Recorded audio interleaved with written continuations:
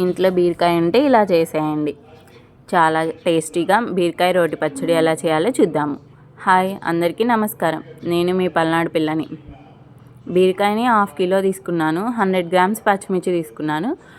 ఒక చిన్న టమాటా కట్ చేసుకొని ప్యాన్లో వేసుకొని ఒక 3 టేబుల్ స్పూన్ ఆయిల్ వేసుకొని బాగా ఫ్రై అవ్వనివ్వండి.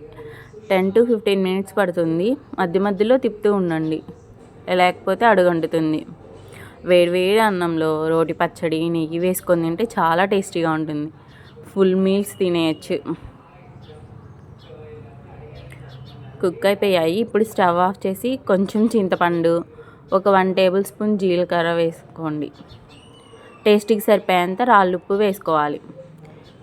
ఇప్పుడు రోట్లో వేసి దంచుకోవడమే. కొంతమంది తిరగమాత కూడా వేస్తారు. తిరగమాత వేయకపోయినా బాగానే ఉంటుంది. కొంచెం క్రష్ అయ్యాక చిన్నులపాయలు వేసి దంచుకోండి. మిక్సీలో వేసుకుంటే అంత టేస్ట్గా అనిపించదు. ఎంతో టేస్టీగా ఉండే బీరకాయ రోటి పచ్చడి రెడీ అయిపోయింది. ఇప్పుడు ఎలా ఉందో చూద్దాము. చాలా బాగుంది. Thank you.